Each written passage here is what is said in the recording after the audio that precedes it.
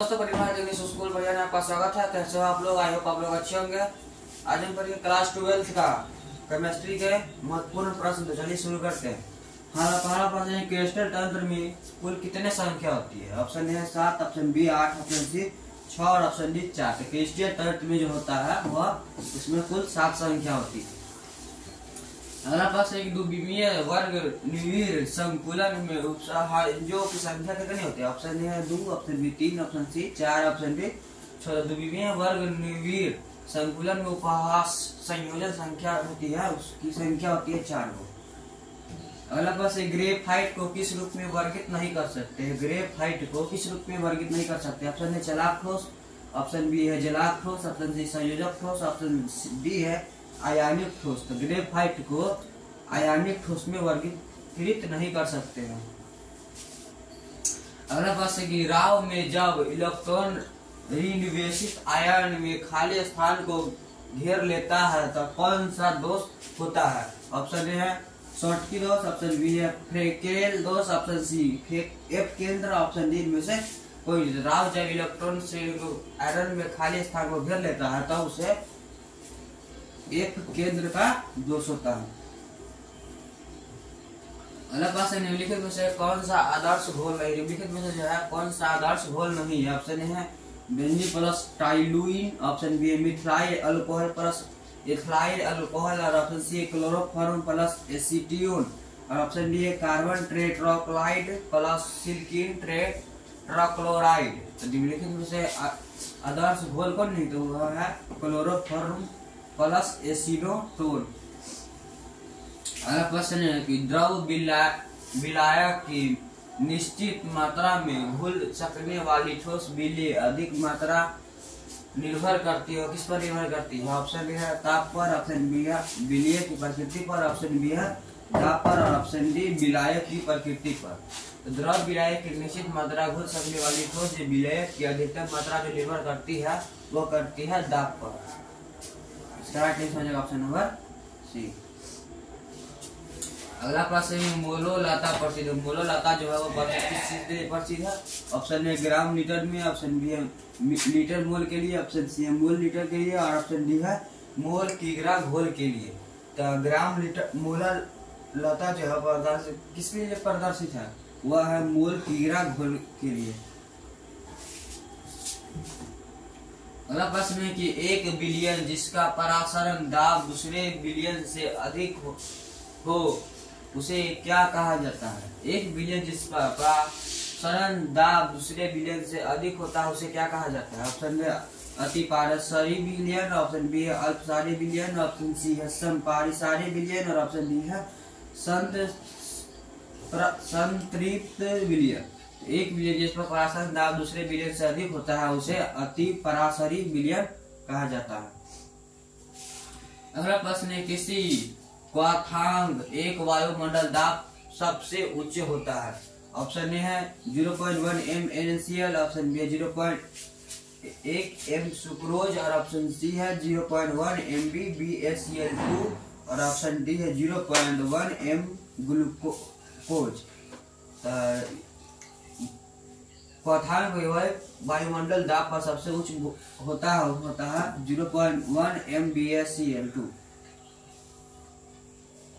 अगला प्रश्न है कि NaCl के जलीय घोल को वैद्युत अपघटन से कैथोड पर निम्नलिखित में से कौन मुक्त कराता है? ऑप्शन ए है क्लोरीन, ऑप्शन बी है सोडियम, ऑप्शन डी है सोडियम अमलगम, और ऑप्शन डी है हाइड्रोजन।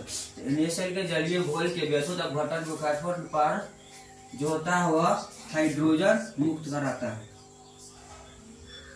अगला प्रश्न है कि ए, बी और सी तत्वों का मान अपचयन विभव मान क्रमश 0.68 भी माइनस 2.50 भी, और ऑप्शन 0.50 भी उनकी उपचयन शक्ति का क्रम जो है क्या है? ऑप्शन ए है ए बी सी, और ऑप्शन बी है ए सी बी, और ऑप्शन सी है सी बी ए, और ऑप्शन डी है बी सी और ए। इसका राइट आंसर हो जाएगा option number D B C और ए। अगला प्रश्न है कि शुद्ध जल में विद्युत धारा का प्रभाव क्यों नहीं? शुद्ध जल जो होता है उसमें विद्युत धारा का प्रभाव क्यों नहीं होता है? क्योंकि वह क्षार है। और ऑप्शन बी है आयनीकृत नहीं रहता है। और ऑप्शन डी है क्योंकि वह विलयन अम्लीय है। और ऑप्शन डी उनका अपघटन आसानी से हो जाता है। शुद्ध जल में विद्युत धारा का प्रभाव इसलिए नहीं होता है क्योंकि उसमें आयनीकृत नहीं रहता। और अगला क्वेश्चन, ग्लैविनी सेल में एनोड है, ग्लैविनी सेल में एनोड है। ऑप्शन ए ऋणात्मक इलेक्ट्रोड, ऑप्शन बी धनात्मक इलेक्ट्रोड, ऑप्शन सी है उदासीन इलेक्ट्रोड, ऑप्शन डी इनमें से कोई नहीं। ग्लैविनी सेल में जो है वो उसमें ऋणात्मक इलेक्ट्रोड है। अगला प्रश्न, एक सामान्य हाइड्रोजन इलेक्ट्रॉन का इलेक्ट्रॉनिक विभव शून्य होता है क्योंकि। एक सामान्य हाइड्रोजन इलेक्ट्रोड का इलेक्ट्रॉन विभव शून्य है क्योंकि। ऑप्शन ए हाइड्रोजन आसानी से ऑक्सीकृत का होता है। ऑप्शन बी इलेक्ट्रोड का विभव शून्य मान हो गया है। और ऑप्शन सी है हाइड्रोजन परमाणु को केवल एक इलेक्ट्रॉन है। और ऑप्शन डी हाइड्रोजन सबसे हल्का तत्व है। तो एक सामान्य हाइड्रोजन इलेक्ट्रॉन का इलेक्ट्रॉन विभव शून्य है क्योंकि वह इलेक्ट्रोड का विभव शून्य मान आ गया है। अगला प्रश्न है, प्रथम कोटि की अभिक्रिया के लिए अर्ध आयु क्या? प्रथम कोटि के लिए अभिक्रिया के लिए अर्ध आयु क्या है? ऑप्शन ए है वेग स्थिरांक पर निर्भर नहीं करता है। और ऑप्शन बी प्रारंभिक सौंदर्य पर निर्भर नहीं करता है। ऑप्शन सी है प्रारंभिक सौंदर्य पर निर्भर करता है। और ऑप्शन डी है मुझे सभी। प्रथम कोटि की अभिक्रिया के लिए अर्ध आयु जो है वह है प्रारंभिक सौंदर्य पर निर्भर नहीं करता है। अगला प्रश्न है कि निम्नलिखित में से कौन सा कथन असत्य है? निम्नलिखित में से जो है इसमें कौन सा कथन असत्य है? कोटि एवं आणविक एक समान होती है। ऑप्शन बी है अभिक्रिया की कोटि शून्य अथवा। ऑप्शन बी है अभिक्रिया कोटि शून्य अथवा भिन्नांक हो सकती है। ऑप्शन सी संतुलित रासायनिक समीकरण से हम कोटि का निर्धारण नहीं कर सकते। और ऑप्शन डी कोटि का निर्धारण प्रयोग द्वारा होता है। तो इसमें जो है निम्नलिखित विषय का कोटि और आणविक एक समान होती है, यह गलत है। इसका राइट आंसर हो जाएगा ऑप्शन नंबर ए। अगला प्रश्न की उत्प्रेरक वह पदार्थ है जो उत्प्रेरक कौन सा पदार्थ है? ऑप्शन ए है उत्पादक के समयावस्था सौंदर्य को बढ़ा देता है। ऑप्शन बी है प्रतिक्रिया के समान समयावस्था स्थिरांक को परिवर्तित कर देता है। ऑप्शन सी है समयावस्था को प्राप्त करने के समय को कम कर देता है। और ऑप्शन डी है प्रतिक्रिया में ऊर्जा प्रदान करता है। तो उत्प्रेरक वह पदार्थ है जो समयावस्था प्राप्त करने के समय को कम कर देता है। अगला प्रश्न है निम्नलिखित में से किस विधि के द्वारा क्लोराइड विलयन का शोधन किया जाता है? ऑप्शन ए है पेप्टिकरण, ऑप्शन बी है संकलन, ऑप्शन सी है अपोहन और ऑप्शन डी है फ्लोकुलेशन। निम्नलिखित में से किस विधि द्वारा क्लोराइड विलयन का शोषण किया जाता है? वह किया जाता है अपोहन द्वारा क्लोराइड विलयन का शोषण किया जाता है।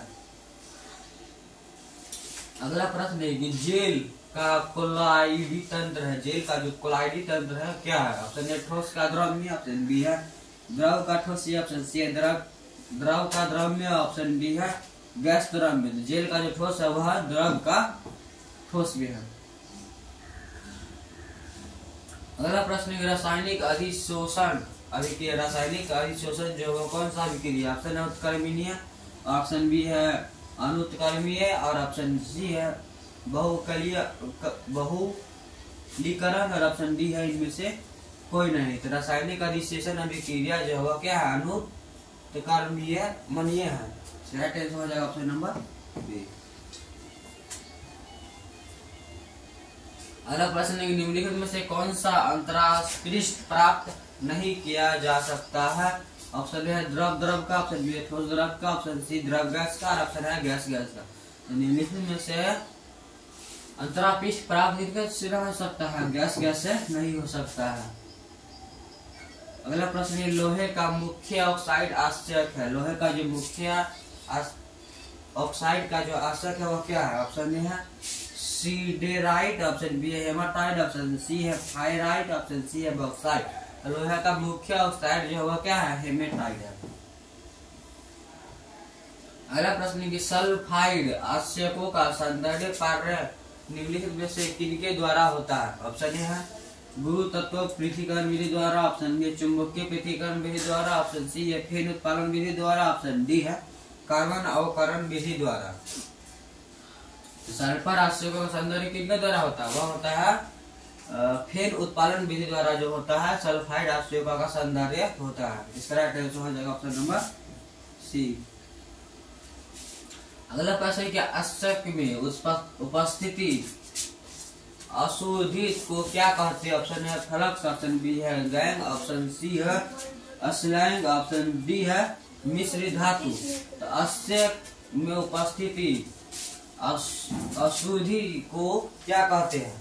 उसे कहते हैं अश्चर्य में जो उपस्थित अशुद्धि रहता है उसे क्या कहते हैं? उसको गैंग कहते हैं। इसका राइट आंसर हो जाएगा ऑप्शन नंबर बी।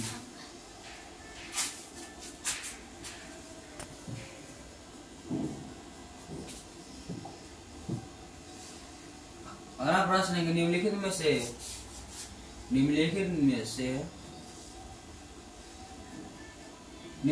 से समीकरण से अभिव्यक्ति शुद्धिकरण की कौन सी विधि है? 4CO plus Na 70 degree Celsius NaCO और 180 degree Celsius Na plus CO। Option A है वार एंड आर्केल, ऑप्शन बी है मंडल परिष्करण और ऑप्शन सी है मॉड प्रक्रम और ऑप्शन डी है ऑक्सीकरण। समीकरण में अभिव्यक्ति शुद्धिकरण जो की विधि है वह है मॉड प्रक्रम। निम्नलिखित में से कौन रंगीन होता है? निम्नलिखित में से जो है कौन रंगीन होता है? ऑप्शन है NH3, ऑप्शन बी है NO2, option C N2O, option D NO। तो निम्नलिखित में से जो रंगीन कौन होता है? वह होता है NO2 जो होता है वह रंगीन होता है। इसका राइट आंसर हो जाएगा ऑप्शन नंबर बी। अगला प्रश्न निम्नलिखित में सबसे कम भाषीमक है? निम्नलिखित में जो है वो सबसे कम भाषमिक है। ऑप्शन है NaCl3, ऑप्शन बी है NBr3, ऑप्शन सी है NL3, ऑप्शन डी है NF3। तो सबसे कम भाषीय कौन है? वह है NF3।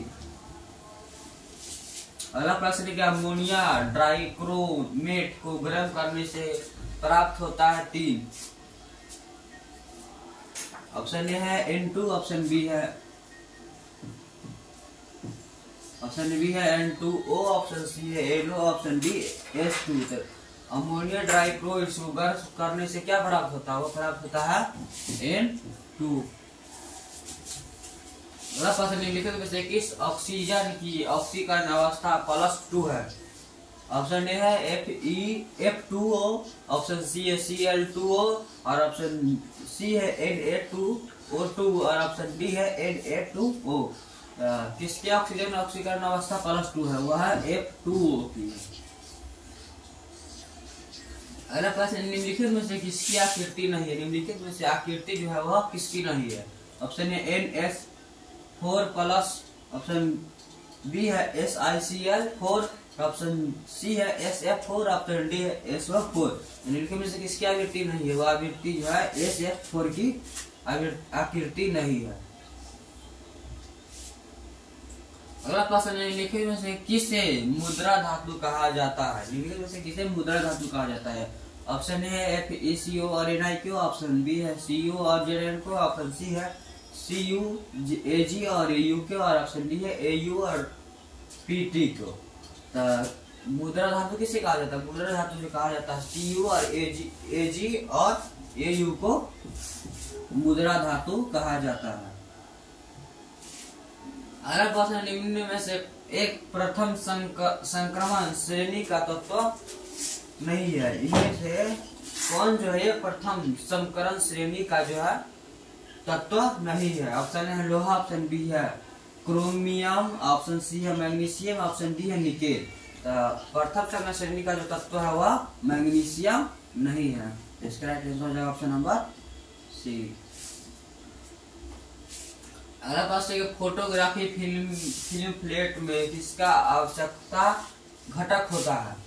ऑप्शन है सिल्वर नाइट्रोड की, ऑप्शन बी है सिल्वर ब्रोमाइड की, ऑप्शन सी सोडियम क्लोराइड की और ऑप्शन डी अलैखिक अम्ल की। फोटोग्राफी फिल्म में जो प्लेट आवश्यकता घटक जो होती है वह होती है सिल्वर ब्रोमाइड की घटक आवश्यकता होती है। इसका राइट आंसर हो जाएगा ऑप्शन नंबर बी। अगला प्रश्न, निम्न में से कौन सा युग्म समान आकार वाले तत्वों का है? ऑप्शन है TiZr, ऑप्शन बी है ZrHf, ऑप्शन सी है NaK और ऑप्शन डी है NaHF। युग्म समान आकार वाले तत्व कौन है? वह है Zr और HF वाले HF जो है वह युग्म के समान आकार वाले तत्वों का है। अगला प्रश्न है, निम्नलिखित में से कौन सा एक द्विक लवण का उदाहरण है? ऑप्शन है वल्चिंग पाउडर, ऑप्शन बी है K4FeCN6, ऑप्शन डी है हाइपो और ऑप्शन डी है पोटास एलम। एक द्विक लवण का उदाहरण कौन है? वह है पोटास एलम जो है द्विक लवण का उदाहरण है। अगला प्रश्न है कि PTNH3 4Cl2 में प्लेटिनियम का उप संयोजक संख्या जो हुआ कितनी है? ऑप्शन ए है 2, ऑप्शन बी 4, ऑप्शन सी 6 और ऑप्शन डी 8। तो PTNH3Cl2 में प्लेटिनियम उप संयोजक संख्या जो होती है वह होती है 6 को होती है। इसका राइट आंसर हो जाएगा ऑप्शन नंबर सी। अगला प्रश्न है कि H2NCH2CH2NH2 एथिलीडियम DIMEN जो है क्या है? ऑप्शन ए है एक दंतुर लिंग्ड, ऑप्शन सी है द्विदंतुर लिंग्ड, ऑप्शन सी है अभ्यंतरी लिंग्ड, ऑप्शन डी है इनमें से कोई नहीं। तो यह जो है द्विदंतुर लिंग्ड है। अगला पास संकुलन FeCN6 के लिए कौन सा विकल्प सही है? ऑप्शन है D2sp3 प्रसंस्करण के प्रतिचुंबकीय और ऑप्शन बी है sp3d प्रसंस्करणीय, ऑप्शन डी है D2sp3 प्रसंस्करण अनुचुंबकीय और ऑप्शन डी है sp3d2 प्रसंस्करण प्रतिचुंबकीय। संकुलन Fe के लिए कौन विकल्प सही है? वह है D2sp3 प्रसंस्करण प्रतिचुंबकीय विकल्प के लिए सही है। अगला प्रश्न है कि निम्नलिखित में जटिल यौगिक में किसका अनुचुंबकीय गुण सबसे अधिक है? ऑप्शन ए CrH2O C3 प्लस का, ऑप्शन बी FeS2OCCl2 का, ऑप्शन सी है FeCN4 का, ऑप्शन डी है NiCO4 का। जटिल यौगिक किसका अनुचुंबकीय सबसे अधिक है? वह है FeS2O 6Cl2 का, जैसा है अर्धून सबसे अधिक है। अगला प्रश्न के एल्कील हेलाइड का उपयोग निम्नलिखित में से किसके निर्माण के लिए होता है? ऑप्शन ए है एल्केन, ऑप्शन बी है एल्कीन, ऑप्शन सी है अल्कोहल, ऑप्शन डी है इनमें से सभी। एल्काइल हेलाइड का उपयोग जो होता है एल्केन के लिए भी होता है, एल्कीन के लिए भी होता है, अल्कोहल के लिए भी होता है। इसका राइट आंसर हो जाएगा ऑप्शन नंबर डी। अगला प्रश्न है कि प्राथमिक एल्कील हेलाइड की क्या प्राथमिक होगी? ऑप्शन ए है SN1 अभिक्रिया और ऑप्शन बी है अभिक्रिया SN2 और ऑप्शन ए है निराकरण और ऑप्शन डी है रेशमीकरण। तो प्राथमिक अभिक्रिया एल्काइल का हेलाइड प्राथमिक क्या है? वह है प्राथमिक अभिक्रिया SN2। इसका राइट आंसर हो जाएगा ऑप्शन नंबर बी। अगला प्रश्न है कि अभिक्रिया RCOOAG plus Br2CORB plus AgBr plus CO2 को क्या कहते हैं? ऑप्शन है HV अभिक्रिया, ऑप्शन बी है हंस विक्रिया अभिक्रिया और ऑप्शन सी है हॉफमैन अभिक्रिया, ऑप्शन डी है कार्बनिक एमिनो अभिक्रिया। अभिक्रिया RCOOAG plus Br2CORB plus AgBr plus CO2 को क्या कहते हैं? उसे कहते हैं हंसडीकरण अभिक्रिया।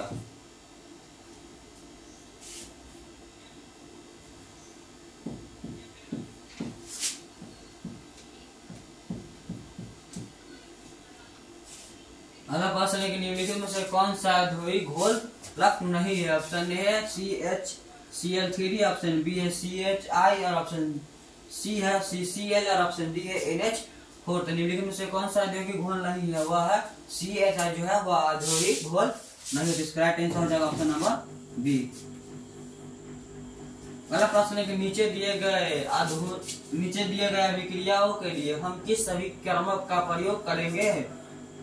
तो इस नीचे दिया अभिक्रिया जो है CH2 CH2 CH2 CH2 CH2 CH2 CH2 Cl plus CH2 CH2 CH minus CH, जिसके लिए हम किस अभिकर्मक का प्रयोग करेंगे। ऑप्शन है Cl2U भी, प्रकाश का ऑप्शन बी है NaCl प्लस 2SO4 का ऑप्शन सी है, अंधेरे में Cl गैस का ऑप्शन डी, अंधेरे में आयरन की स्थिति Cl2 का। इसके लिए हम कौन सा अभिक्रिया का प्रयोग करेंगे, वो करेंगे Cl2U भी, प्रकाश का जो प्रयोग करेंगे अभिकर्मक का प्रयोग इसके लिए करेंगे। अगला प्रश्न है निम्नलिखित में से कौन सा आयोडोफॉर्म परीक्षण नहीं देगा। ऑप्शन है निम्नलिखित में से जो कर रहा है आयोडोफॉर्म परीक्षण जो है वह नहीं देगा। ऑप्शन है आइसोप्रोपिलीन एल्कोहल, ऑप्शन बी है एथनॉल, ऑप्शन सी है एथनॉल, ऑप्शन सी है बेंजाइम एल्कोहल। तो निम्नलिखित में आयोडोफॉर्म परीक्षण जो है वह बेंजाइम एल्कोहल नहीं देगा। तो इसका राइट आंसर हो जाएगा ऑप्शन नंबर डी। अगला प्रश्न नीचे दी गई अभिक्रिया है, नीचे जो दी गई है वह अभिक्रिया क्या है।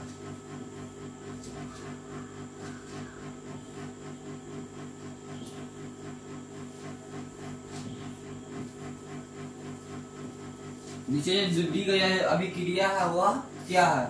Plus CHCl plus A3NOH dot dot plus 3NaCl plus 2S2O है। यह कौन सी अभिक्रिया है। ऑप्शन ए है कोलाबल अभिक्रिया, ऑप्शन बी है राइमर टीमन अभिक्रिया, ऑप्शन सी है फ्रीडेल क्राफ्टन अभिक्रिया और ऑप्शन डी है सेंट्राइडायर अभिक्रिया। नीचे दी गई जो यह अभिक्रिया है वह है राइमर टीमन अभिक्रिया। अगला प्रश्न है कि ग्लिसरॉल है, ग्लिसरॉल जो है वह क्या है। Option A primary alcohol, option B है मोनोहाइड्रिलिक अल्कोहल, ऑप्शन सी है सेकेंडरी अल्कोहल, ऑप्शन डी है ट्राइहाइड्रिक अल्कोहल। ग्लिसरॉल जो है वह ट्राइहाइड्रिक अल्कोहल है। अगला प्रश्न निम्न में से कौन सा आयोडोफॉर्म परीक्षण जो है नहीं देता है। Option A ethanol, option B है एथनॉल, ऑप्शन सी है पेंटेन 2-ओन, ऑप्शन डी है पेंटेन 3-ओन। आयोडोफॉर्म परीक्षण कौन नहीं देता, वह पेंटोन 3-ओन जो है आयोडोन परीक्षण नहीं देता है। अगला प्रश्न निम्नलिखित में से कौन सा टॉलेन का अभिकर्मक है। निम्नलिखित में से कौन सा टॉलेन का अभिकर्मक है। ऑप्शन ए है AgNH3 आयन, ऑप्शन बी है CuOH2, ऑप्शन सी है Ag2O और ऑप्शन डी है CuO। टॉलेन का जो अभिकर्मक है वह है AgNH3 आयन जो है टॉलेन का अभिकर्मक है। अगला प्रश्न है निम्नलिखित में से कौन कैनिजारो प्रतिक्रिया को होकर गुजरती है। ऑप्शन ए CH-CHO, ऑप्शन बी है CH2 CH2O CHO और ऑप्शन सी है CH3O2 CHO और ऑप्शन डी है HCHO। तो निम्नलिखित में से कौन कैनिजारो प्रतिक्रिया होकर गुजरती है, वह गुजरती है HCHO जो है HCHO कैनिजारो प्रतिक्रिया से होकर गुजरती है। अगला प्रश्न है जब फॉर्मल्डिहाइड की अभिक्रिया अमोनिया से कराई जाती है तो निम्नलिखित में से किस यौगिक का निर्माण होता है। ऑप्शन ए है फॉर्मल्डिहाइड अमोनिया, ऑप्शन बी है हेक्साथामिलीन टेट्राइमीन, ऑप्शन बी है फॉर्मलिन और ऑप्शन डी है मेथिलीन। जब फॉर्मल्डिहाइड की अभिक्रिया अमोनिया से कराई जाती है तब निम्नलिखित में से हेक्सामिथिलीन टेट्रामीन का निर्माण होता है। अगला प्रश्न है कि पायरोलिगिनियस अम्ल में रहता पायरोगिनियस अम्ल में क्या रहता है। ऑप्शन ए 2% एसिटिक अम्ल, ऑप्शन बी 50% एसिटिक अम्ल, ऑप्शन सी है 10% एसिटिक अम्ल और ऑप्शन डी है 20% एसिटिक अम्ल। तो पायरोग्लिसरस में 10% एसिटिक अम्ल रहता है। इसका राइट आंसर हो जाएगा ऑप्शन नंबर सी। अगला प्रश्न है कि फार्मलिन का जलीय घोल को क्या कहा जाता है? फार्मलिन जो जलीय घोल होता है उसे क्या कहा जाता है? ऑप्शन ए फार्मिलिक अम्ल, option B fluorescein, option C formaldehyde, option D है फ्यूराइड। तो फार्मिलिन का जलीय घोल को जो कहा जाता है उसे कहा जाता है फार्मल्डिहाइड जो होता है उसे फार्मलिन जलीय का घोल कहा जाता है। इसका राइट आंसर हो जाएगा ऑप्शन नंबर सी। अगला प्रश्न के CH-CH-CH3 का IUPAC जो है IUPAC का नाम क्या है? ऑप्शन ए है प्रोपिलीन, ऑप्शन बी है आइसोप्रोपिलीन, ऑप्शन सी है प्रोपेन 2 एमीन, ऑप्शन डी है प्रोपेन। CH-CH-CH3 का IUPAC का नाम जो है वह है प्रोपेन 2 एमीन। अगला प्रश्न है CONH ग्रुप को क्या कहते हैं? CONH ग्रुप को क्या कहा जाता है? ऑप्शन ए है एमिनो ग्रुप, ऑप्शन बी है एमिनो ग्रुप, ऑप्शन सी है एमिनो ग्रुप, ऑप्शन डी है कार्बाइल एमीन। CONH ग्रुप को क्या कहते हैं? उसे कहते हैं इम्यूनो ग्रुप कहते हैं CONH ग्रुप को। अगला प्रश्न है जब एसिटाइमाइड को Br2 तथा KOH के साथ गर्म किया जाता है तो कौन सा पदार्थ बनता है? ऑप्शन ए है एसिटिक अम्ल, ऑप्शन बी है ब्रोमाइटिक अम्ल, ऑप्शन सी है इथाइलिक एमीन, ऑप्शन डी है मिथाइल एमीन। तो जब एसिटाइल Br2 तथा KOH के साथ गर्म किया जाता है तब मिथाइल एमीन का पदार्थ जो है बनता है। अगला प्रश्न निम्नांकित अभिक्रिया का प्रमुख प्रतिफल है NO2NS प्लस CHCl क्या है? ऑप्शन ए है CHOH, ऑप्शन बी है CHINS2, ऑप्शन बी है CH, ऑप्शन डी है CH। निम्नांकित अभिक्रिया का प्रतिफल N2 जो है वह है CHINH। अगला प्रश्न निम्नलिखित में कौन कार्बोहाइड्रेट प्रकृति में प्रचुर मात्रा में पाया जाता है? Option A glucose, option B है फ्रेक्टोज, ऑप्शन बी सी है स्टार्च, ऑप्शन सी है सेलुलोज। तो निम्नलिखित में से कौन कार्बोहाइड्रेट प्रकृति में प्रचुर मात्रा में पाया जाता है? वह पाया जाता है कार्बोहाइड्रेट प्रकृति प्रचुर मात्रा में सेलुलोज पाया जाता है। अगला प्रश्न निम्नलिखित में कौन सा बहुलक प्राणियों की आकृति में संग्रहित होता है? ऑप्शन ए है एमिलोलोस, ऑप्शन बी है सेलुलोस, ऑप्शन सी है एमिनोलोपेक्टन, ऑप्शन डी है ग्लाइकोज। बहुलीकरण प्राणी शरीर की आकृति में संग्रहित जो होता है वो ग्लाइकोजन जो होता है संग्रहित रहता है। अगला प्रश्न निम्न में से पाइरीमिड भाष्य नहीं है? Option uracil, option B cytosine, option C है थाइमिन और ऑप्शन डी है गुआनिन। पाइरीमिड भाष्य जो नहीं है वह है गुआनिन, पाइरीमिडीन भाष्य नहीं है। इसका राइट आंसर हो जाएगा ऑप्शन नंबर डी। अगला प्रश्न ग्लूकोज तथा फ्रेक्टोज क्या है? ग्लूकोज तथा फ्रेक्टोज क्या है? ऑप्शन है मोनोसेक्राइड, ऑप्शन बी है ट्राइसेक्राइड, ऑप्शन सी है ओलिगोसेक्राइड, ऑप्शन डी है पॉलीसेक्राइड। ग्लूकोज तथा फ्रेक्टोज क्या है? वह है मोनोसेक्राइड जो है ग्लूकोज तथा फ्रेक्टोज है। अगला प्रश्न निम्नलिखित में से कौन ताप ढृढ़ प्लास्टिक है? निम्नलिखित में से जो है वह कौन सा ताप ढृढ़ प्लास्टिक है? ऑप्शन है nylon 6, option B nylon 6, option C है बेकले लाइट, ऑप्शन डी है PVC। ताप ढृढ़ प्लास्टिक जो है वह है बेकले लाइट। इसका राइट आंसर हो जाएगा ऑप्शन नंबर सी हो जाएगा। बेकलाइट जो है ताप ढृढ़ प्लास्टिक है। अगला प्रश्न निम्नलिखित में से कौन जैव निम्नीकरण बहुलक है। अगला प्रश्न है कि निम्नलिखित में से कौन जैव निम्नीकरण बहुलक है। ऑप्शन ए है पॉलीथीन, ऑप्शन बी है पैक्लाइड, ऑप्शन सी है PHBV और ऑप्शन डी है PVC। जैव निम्नीकरण बहुलक कौन है? वह है PHBV जो है निम्नलिखित जैव निम्नीकरण बहुलक है। अगला प्रश्न है कि पॉलीथीन का एक लक है, पॉलीथीन का जो है एक लक है। ऑप्शन ए है ethene, option B ethane, option C है एथाइन, ऑप्शन डी है एथेन। तो पॉलीथीन का एक कल जो है वह है एथीन। इसका राइट आंसर हो जाएगा ऑप्शन नंबर एथीन जो है पॉलीथीन का एक लक है।